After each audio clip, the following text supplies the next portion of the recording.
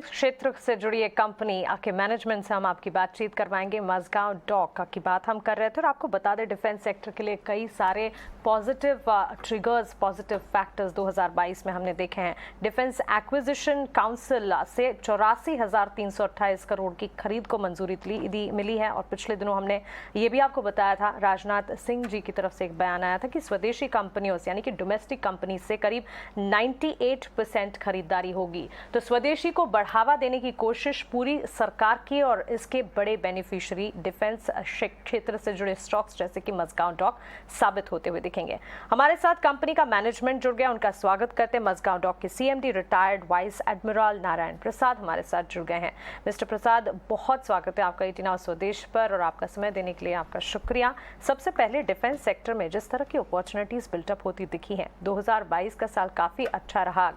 हमने देखा capital procurement की बात हो, चाहे फिर आगे ऑर्डर विंस की बात हो, भारतीय सरकार ने काफी हद तक डिफेंस क्षेत्र को बढ़ावा दिया है और उसके चलते सपोर्ट भी काफी हद तक मिलते हुए दिखे हैं। किस तरह का बूस्ट आपको मिला, किस तरह के बूस्ट आपकी कंपनी ने देखे और किस तरह के growth expansion plans during the year आपने बनाए?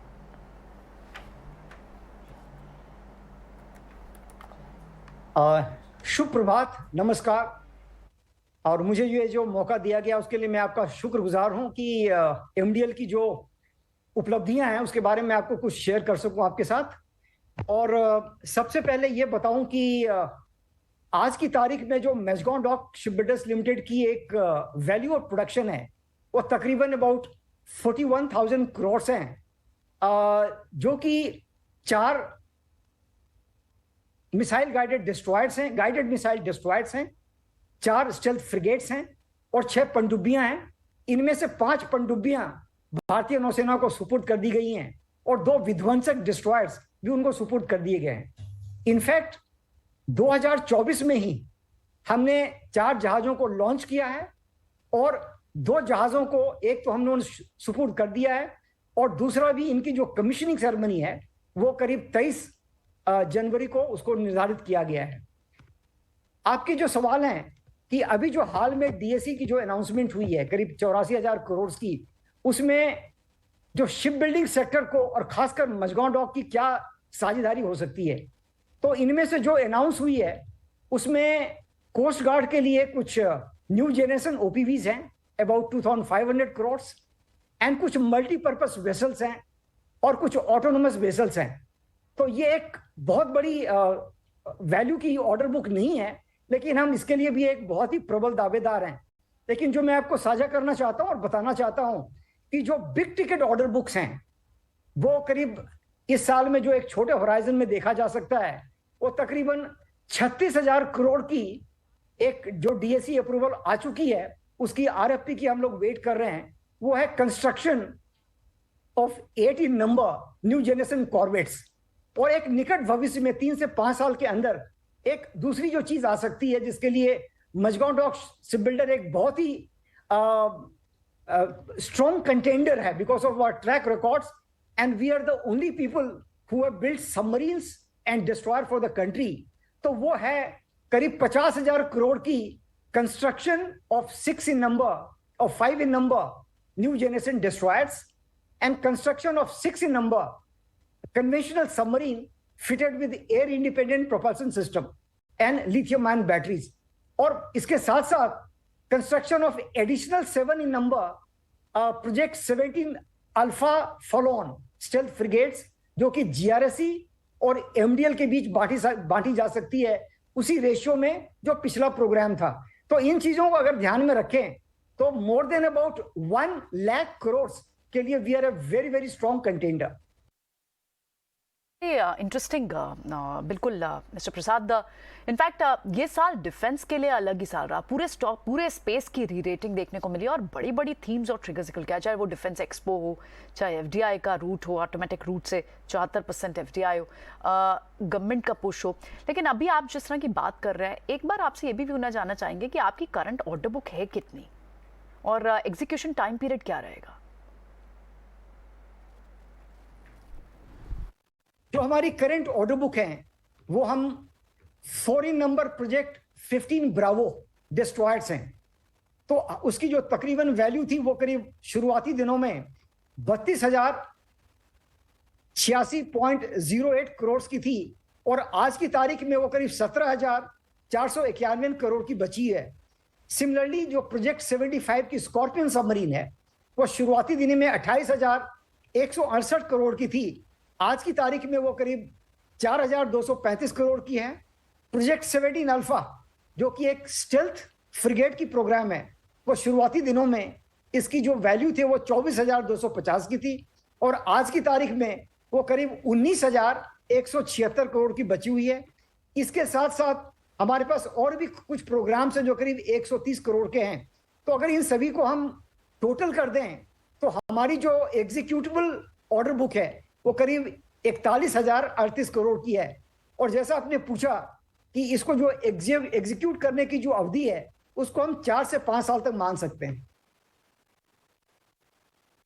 एक छोटी सी चीज़ आपसे और पता करनी थी, क्योंकि आपकी जो लैंड है उसमें हमारे पास जानकारी है कि करीब 40% से ज़्यादा की लैंड आपको मुंबई पोर्ट से लीज पे मिली हुई है। ये जो लीज का एग्रीमेंट है सर, रिन्यू हो गया, इसके बारे में कुछ अपडेट देंगे आप? ये जो लैंड की जो लीज रिन्यूअल की जो प्रक्रिया चल रही है वो दोनों मिनिस्ट्री के बीच में, ministry of defence and ministry of port shipping and waterways जिसके तहत मुंबई पोर्ट ट्रस्ट आती है, ये दोनों मिनिस्ट्रीज के बीच पूर्ण रूपेण चल रही है एट द हाईएस्ट लेवल। और साथ में दीपम जो हमारी department of investment of the complete investment of asset management जो कंट्रोल करते हैं, उन्होंने भी ये इशू को बहुत ही स्ट्रांगली टेकअप किया हुआ है और जैसा मुझे संभावित नजर आ रहा है कि ये इशू बहुत ही जल्दी रिजॉल्व हो जाएगी। बिल्कुल मिस्टर प्रसाद, ऑर्डर्स तो मिल रहे हैं लेकिन एग्जीक्यूशन की गति जो है वो धीमी है और इसी के चलते आपके रेवेन्यूज पर असर पड़ता हमने देखा है। सीक्वेंशली रेवेन्यूज में एक डाउन ट्रेंड दिखा है, क्या एग्जीक्यूशन की गति में बढ़त दिखेगी और उसका इम्पैक्ट पॉजिटिव क्या रेवेन्यूज पर आने वाले क्वार्टर्स में दिखेगा? इनफैक्ट अगर आप सितंबर quarter that is the second quarter की परफॉर्मेंस देखें तो रेवेन्यू फ्रॉम ऑपरेशन जो हमने डिक्लेयर किया हुआ है वो है 3,933 crore, which is 41% higher than the previous year for the similar quarter. PAT is 417 crore, which is 87% higher than the previous quarter, and other figures are also higher. And in terms of overall revenue, it is supposed to be this year going to be about 28 to 30% higher than the last fiscal. Last fiscal we closed at 5,777 crores. This year, we are already somewhere about this particular target by now, and we are trying to reach a target of 7,700 crores. So all these parameters, ये जो वो हमें दिखा रहे हैं कि it is going to be a far far better than the fiscal gone by. Right, क्योंकि mister Prasad हम जानते हैं आप प्राइमरली इंगेज्ड है building repairing of ships, submarines और साथ ही दूसरे तरह के वेसल्स या इंजीनियरिंग प्रोडक्ट्स, लेकिन क्या आप नॉन डिफेंस सेगमेंट को भी एक्सप्लोर करेंगे कभी? हमारी जो भी programs Mazagon dock ship builders में भी रन हो रही है, तो जैसा आप जानते हैं ये 3 ऑर्डर्स हैं।